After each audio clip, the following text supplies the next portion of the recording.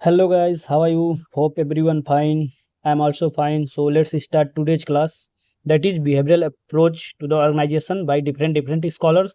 So now we will see the different scholars come under the behavioral approach.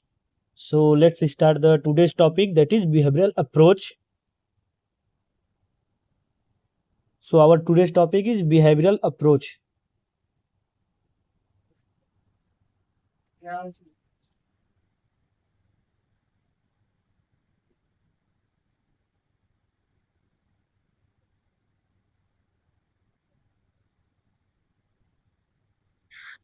देखिए, सबसे पहले हमने scientific management theory पढ़ा, जो कि क्लासिकल अप्रोच के अंतर्गत आता है। तो उसमें हमने डिफरेंट स्कॉलर पढ़े, जैसे कि क्लासिकल थ्योरी में हमारा साइंटिफिक मैनेजमेंट के F W. Taylor, then classical thinkers थे हमारे Henri Fayol, Max Weber, Lyndall Urwick, Luther Gulick. Then उसके पास हमने डायनामिक एडमिनिस्ट्रेशन पढ़ा, जो कि ब्रिज था between classical and human relation के बीच। तो उसमें हमने एम.पी. फॉलेट पढ़ा। देन उसके बाद ह्यूमन रिलेशन अप्रोच पढ़ा। तो ह्यूमन रिलेशन अप्रोच में हमारे Elton Mayo, C I Barnard and all पढ़े। देन हमारा आता है बिहेवियरल अप्रोच। तो देखते हैं बिहेवियरल अप्रोच के जो की स्कॉलर हैं वो है हमारे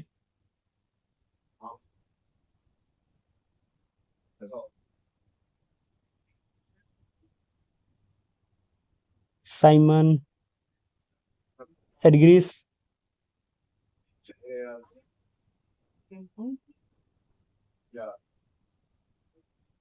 मैक ग्रेगर,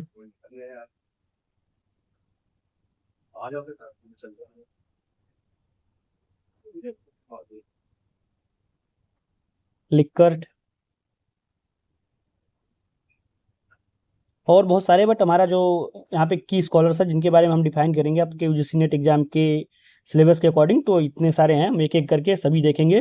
तो पहले अभी देखेंगे बिहेवियरल अप्रोच क्या है, अप्रोच क्यों लाया गया, इसके लाने के पीछे क्या रीजन था। देन अकॉर्डिंगली सारे जो थिंकर्स हैं उनके कॉन्ट्रीब्यूशन पढ़ेंगे ऑर्गेनाइजेशन को लेके, उनके फिलॉसफी, उनके प्रिंसिपल्स, उनके क्रिटिकल इवैल्यूएशन, क्रिटिसिज्म, सब एक एक करके पढ़ेंगे।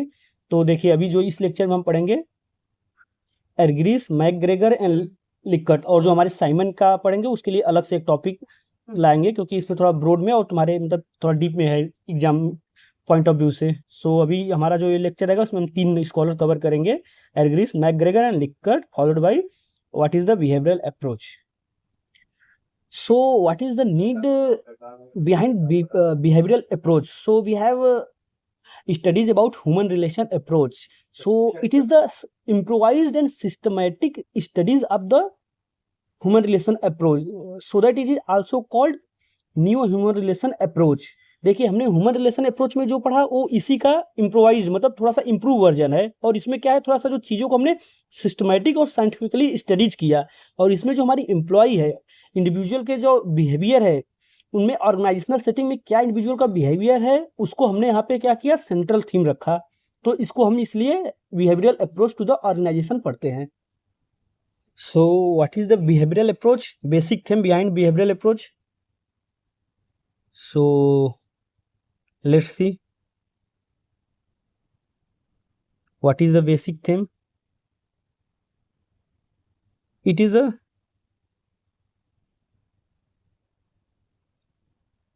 an improvised, systematized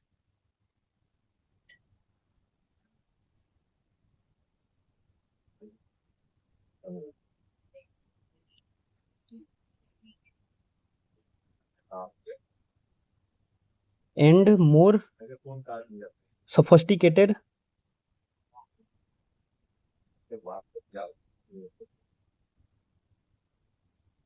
version of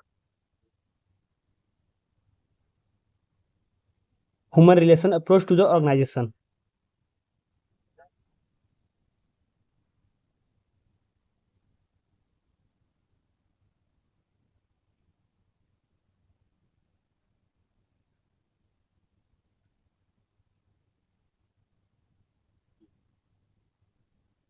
देखिए, जो ये बेसिकली क्या है कि जो हमारा ह्यूमन रिलेशन अप्रोच था, उसमें ह्यूमन रिलेशन अप्रोच में हमने मतलब कि उसको हमने सोशियो एंड साइकोलॉजिकल डायमेंशन देखा ऑर्गेनाइजेशन में। तो वहाँ पे क्या था कि एक साइंटिफिक स्टडी नहीं किया था, वो बेसिकली एक हमारा थ्योरेटिकल बेसिस पे था। तो बट इसमें क्या हुआ, हमने थोड़ा-सा उनको इम्प्रूव्ड किया, इस चीज़ों को हमने थोड़ा वाइड किया और उसको हम साइंटिफिक स्टडी के ज़रिए से देखा और एक सिस्टमैटाइज़ तरीके से स्टडीज़ किया और उसमें हमने जो एम्प्लॉयी हैं उनका बिहेवियर देखा, ऑर्गेनाइजेशनल सेटिंग में उनका इंडिविजुअल का कैसा रोल है, क्या बिहेवियर है, उनका क्या रिलेशन है। तो बेसिकली यही हमारा फोकस है। So focus of the organisational behaviour approach.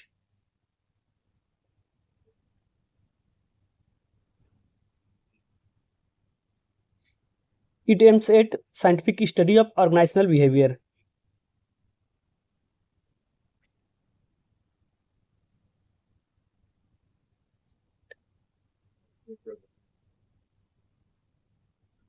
Scientific study of organizational behavior.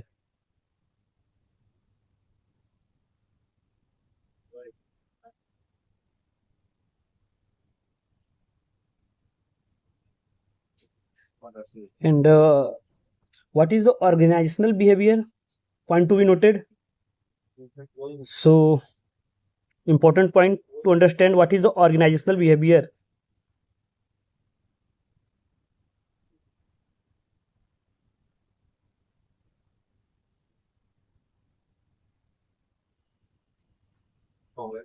सो देखिए, ऑर्गेनाइजेशनल बिहेवियर से आप क्या समझते हैं? सो यहाँ पे बिहेवियर होगा, बिहेवियरल नहीं, बिहेवियर। सो ऑर्गेनाइजेशनल बिहेवियर्स होता है कि पीपुल, जो लोग होते हैं, एम्प्लॉय होते हैं, उनका क्या बिहेव है ऑर्गेनाइजेशनल सेटिंग में। कोई भी ऑर्गेनाइजेशन है उसमें इंडिविजुअल का क्या बिहेव है, इसको हम बेसिकली स्टडीज करते हैं उसके ऑर्गेनाइजेशन के रिस्पेक्ट में। So it is the behaviour of people in organisational setting.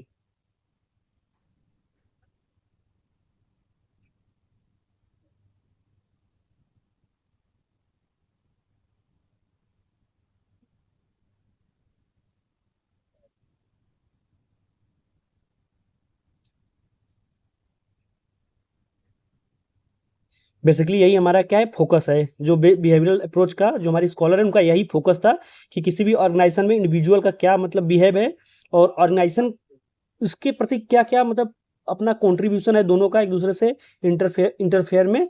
तो उस चीज़ को हम क्या करेंगे, पढ़ेंगे इसमें। And it is also known as socio psychological approach and new human relation approach. Important point है, एमसीक्यू में आता है basically. It is also known as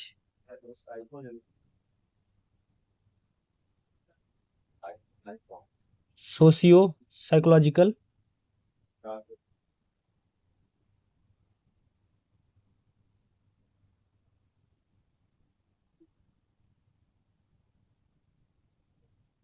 approach and new human relation approach.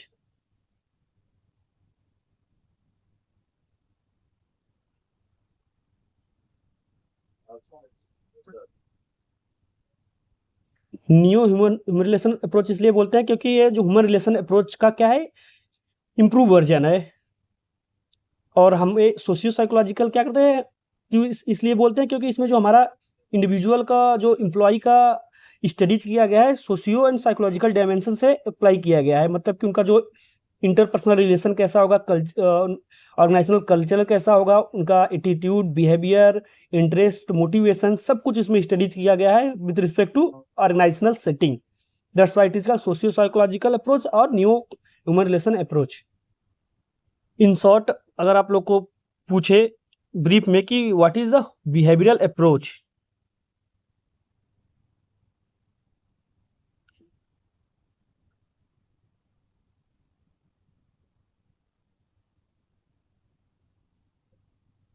देखिए एक एक चीज को मैं डिफाइन करा रहा हूँ, लिखाते जा रहा हूँ, तो आप लोग भी शॉर्ट नोट्स बनाते जाइएगा। तो अब तो बिहेवियरल अप्रोच क्या होता है, तो इन शॉर्ट आप बोल सकते हो इन ब्रीफ में कि it is the scientific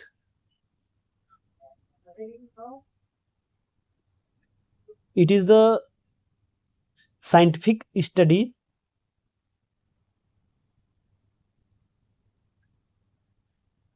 scientific study of human behaviour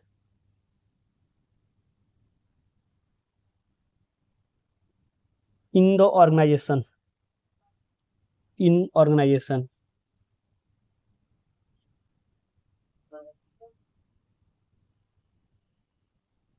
Now see the features of behavioral approach.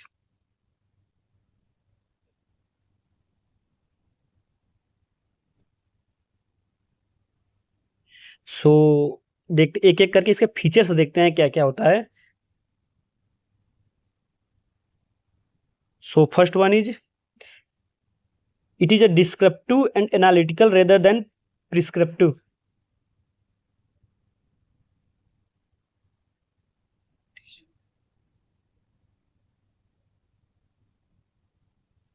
Descriptive and analytical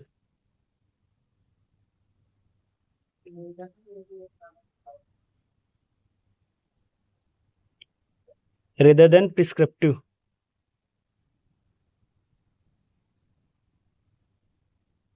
देखिए इसका जो मतलब है डिस्क्रिप्टिव एंड एनालिटिकल, इसका क्या मतलब है. देखिए जो हमारा बिहेवियरल अप्रोच में हम जो एम्प्लॉय के इंडिविजुअल का बिहेवियर का स्टडीज करते हैं वो हमारा क्या होता है, एक प्रैक्टिकल में होगा. मतलब एक साइंटिफिक हम उनको स्टडी कर सकते हैं. इसका मतलब होता है कि जो हमारे पीपुल है, एम्प्लॉय है ऑर्गेनाइजेशन में, उनका बिहेवियर क्या होगा, मतलब कि स्टडीज किया जा सकता है, इन्वेस्टिगेशन किया जा सकता है ऑर्गेनाइजेशनल सेटिंग में.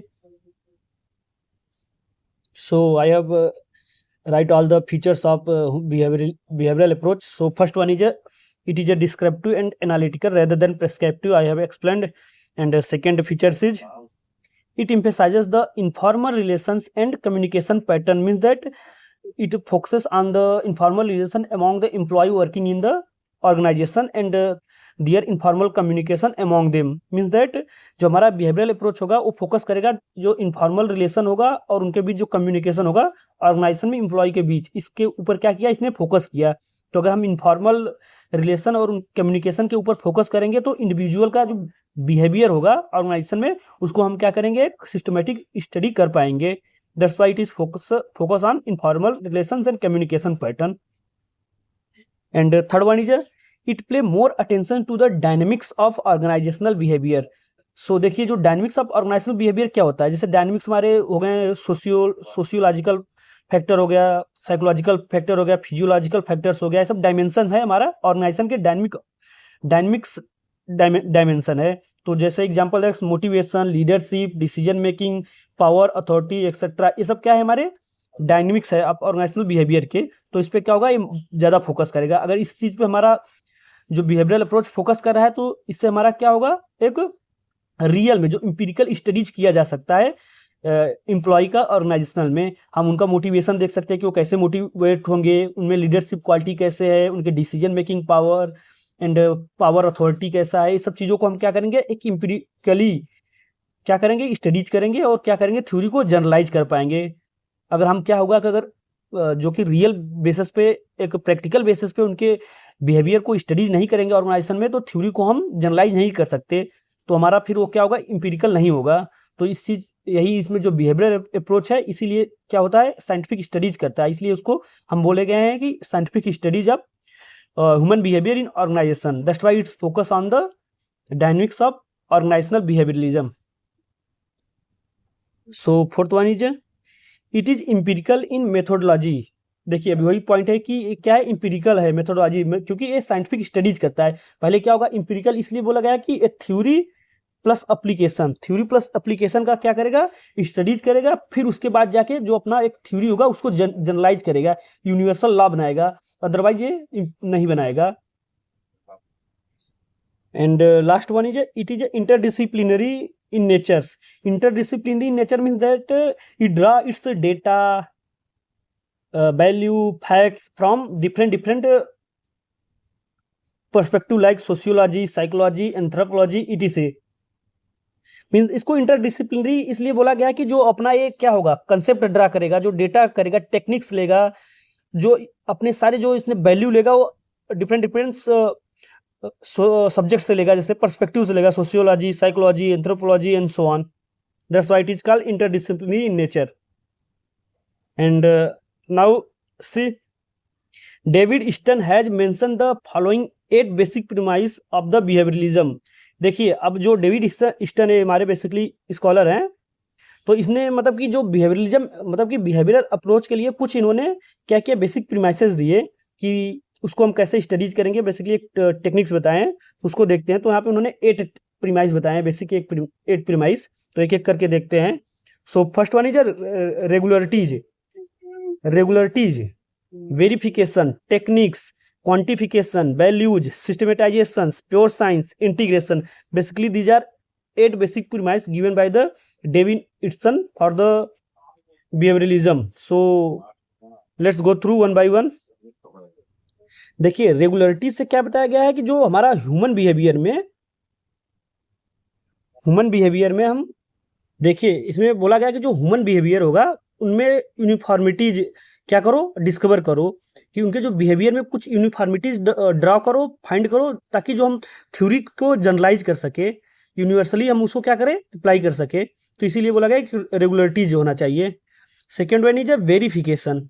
अब verification means that acceptance of only that kind of knowledge which can be empirically tested and verified. अब वेरिफिकेशन होना चाहिए, मतलब कि जैसे हम कोई भी ऑर्गेनाइजेशनल बिहेवियर को हम क्या कर रहे हैं, स्टडीज कर रहे हैं, ह्यूमन बिहेवियर को स्टडीज कर रहे हैं ऑर्गेनाइजेशन में, तो उन्हीं बिहेवियर को हमको क्या करना है, जनरलाइज करना है, जो कि टेस्टेड हो, मीन्स दैट कि वो क्या हो, कि वो वेरीफाइड हो। पहले हम उसको इम्पिरिकली मीन्स दैट प्रैक्टिकली वहाँ पे एक्सपीरियंस करेंगे, उसको वेरीफाइड करेंगे, देन जाके हम क्या करेंगे, जनरलाइज करेंगे, अप्लीकेबल करेंगे उसको, मतलब यूनिवर्सल लॉ बनाएंगे कि हमारा ऑर्गेनाइजेशनल में ह्यूमन बिहेवियर के ए पॉइंट्स है, तब जाके उसको देंगे। तो ये क्या हो गया, हमारा सेकेंड पॉइंट हो गया, प्रीमाइस हो गया, तो इसको बोलते हैं verification. And third one is a techniques. अब देखिए, टेक्निक्स में मतलब से हम उनको, अगर हम ह्यूमन बिहेवियर को पढ़ रहे हैं, स्टडीज कर रहे हैं ऑर्गेनाइजेशन में, तो उसको स्टडीज करने के लिए हमें कुछ सर्टेन टेक्निक्स को अप्लाई करना पड़ेगा। तो इसके लिए हमें क्या होना चाहिए, कुछ सर्टेन टेक्निक्स अप्लाई करना चाहिए, एंड डेटा कलेक्ट करने के कुछ मेथड्स को क्या होना चाहिए, अप्लाई करना चाहिए। सो adopting appropriate methods for collecting, recording and interpreting data, it is called techniques, कि मीन्स दैट एक टेक्निक होना चाहिए। And fourth one is a quantification. देखिए, क्वांटिफिकेशन का मतलब है कि जो फोर्थ प्रीमाइस है बिहेवियरलिज्म का, कि मीन्स दैट जो हम ह्यूमन बिहेवियर पढ़ रहे हैं ऑर्गेनाइजेशन में, वो क्या होना चाहिए, क्वांटिफिकेशन होना चाहिए, कि मतलब कि वैसे ही रेलिवेंट डेटा को हम क्या करें, स्टडीज करें, मेजर करें, जो कि मेजरेबल हो, क्वांटिफाइड हो। measurement and manipulation of data in administrative analysis, but only where possible, relevant and meaningful. That data should be analyzed only, so it is called quantification. And fifth premise is values. So values means being value neutral or separating value from facts, as ethical evaluation and empirical explanation are two different things. Means जो देखिए, जो हम studies कर रहे हैं वो क्या होना है, उसका एक वैल्यू होना चाहिए। And sixth premise is सिस्टमेटाइजेशन। देखिए, सिस्टमेटाइजेशन मीन्स क्या होता है, जैसे हम देखिए स्टडीज कर रहे हैं ह्यूमन बिहेवियर को ऑर्गेनाइजेशन में, तो उसमें क्या होना चाहिए, रिसर्च भी होना चाहिए, research plus theory building, both को हम क्या करें, एक सिस्टमेटिक स्टडीज करें एंड देन जनरलाइज करें थ्योरी को। And seventh premise is pure science. Pure science means that stabilizing a link between theoretical understanding of administration and application of knowledge theory to practical problem solving. देखिए, pure science means that, देखिए हम क्या करें, जैसे practical कोई problem को solve करते हैं ना, तो उसको सॉल्व करने के लिए हमें क्या होगा, एक थ्योरी होगा, उसका एप्लीकेशन होगा। तो इस प्रकार से एक लिंक क्रिएट करना है, कि ताकि जो थ्योरी सॉल्व कर रहे हैं वो प्रैक्टिकल टाइप में हो solve, as like pure science. And last one is integration. Integration means that we are taking data from different perspective or subject like sociology, psychology, anthropology, so that draw all the methods and techniques from all these subject and integrate all the facts. मतलब कि that जो हमारा interdisciplinary perspective से है, तो उससे हम अलग अलग सब्जेक्ट से हम अलग अलग पर्सपेक्टिव से क्या ले रहे हैं, डाटा ले रहे हैं, और उस डाटा को हमें इंटीग्रेशन करना चाहिए। So this is the last premise of the behaviouralism by David Easton. Now see the characteristics of behavioral approach to the study of public administration. So according to the Smithburg देखिए हमारे scholars हैं, it has 4 main characteristic, mean that जो हमारा behavioural approach to the study of public administration है उसके 4 characteristic बताए हमारे स्मिथबर्ग जी ने। तो एक एक करके देखते हैं क्या इसके कैरेक्टरिस्टिक है बिहेवियरल अप्रोच के। It play increase attention to the individual and his relationship to the administrative organisations. देखिए जो हमारा बिहेवियरल अप्रोच है, बिहेवियरल अप्रोच ने क्या किया, ज़्यादा अटेंशन दिया इंडिविजुअल को और उसके रिलेशन को ऑर्गेनाइजेशन में, उनको क्या किया है, ज़्यादा फोकस देता है। तो ये बेसिकली इसका क्या हुआ है, कैरेक्टरिस्टिक हुआ। क्योंकि इंडिविजुअल को और उसके बिहेवियर को, उनके रिलेशनशिप को अगर हम नहीं पढ़ेंगे तो हम ह्यूमन बिहेवियर को कैसे मतलब जनरलाइज कर पाएंगे, ऑर्गेनाइजेशन में ह्यूमन बिहेवियर क्या होता है। अगर हम इंडिविजुअल को ही अगर फोकस करेंगे तो उनको क्या करेंगे, स्टडीज कर पाएंगे उनके बिहेवियर को ऑर्गेनाइजेशन में, और उनका एक दूसरे के बीच क्या रिलेशन है, तब हम क्या करेंगे, थ्योरी जनरलाइज कर पाएंगे। That's why it is play increased attention to the individual and his relationship to the administrative organisation. Second one is administrative organisation as a social system. देखिए और बताया गया कि इसका जो कैरेक्टरिस्टिक है, जो हमारा एडमिनिस्ट्रेटिव ऑर्गेनाइजेशन है वो क्या है, एक सोशल सिस्टम है। Social system means that it is more focus on the more attention to the formal and informal relationship to the people in the organization, that's why it is a social system। मतलब इसने बताया, जो कि behavioural approach ने बताया कि जो हमारा एडमिनिस्ट्रेटिव ऑर्गेनाइजेशन है वो क्या एक सोशल सिस्टम है। और सोशल सिस्टम कैसे है, तो उसमें क्या होगा, हमारा फॉर्मल रिलेशनशिप होगा और इनफॉर्मल रिलेशनशिप दोनों होगा एम्प्लॉय के बीच। And third feature is, third characteristic is give attention to the means of communication. देखिए मीन्स ऑफ कम्युनिकेशन को इसने क्या किया, अटेंशन देता है। और कौन सा मीन ऑफ कम्युनिकेशन को ज्यादा अटेंशन देता है, वो है इनफॉर्मल मीन ऑफ कम्युनिकेशन को क्या हुआ, इसने अटेंशन ज्यादा दिया। और किसी भी हमें देखिए, हम इस बिहेवियरल अप्रोच में हम क्या पढ़ रहे हैं, ह्यूमन बिहेवियर को पढ़ रहे हैं। अगर हमें ह्यूमन बिहेवियर को पढ़ना है तो इंडिविजुअल के इंटरेस्ट को पढ़ना पड़ेगा, इंडिविजुअल के बिहेवियर को पढ़ना पड़ेगा। तो इंडिविजुअल को पढ़ने के लिए हमें क्या होना, अटेंशन देना पड़ेगा। जो इनफॉर्मल मीन ऑफ कम्युनिकेशन उस ऑर्गेनाइजेशन में हमें उस पर ज्यादा फोकस करना पड़ेगा।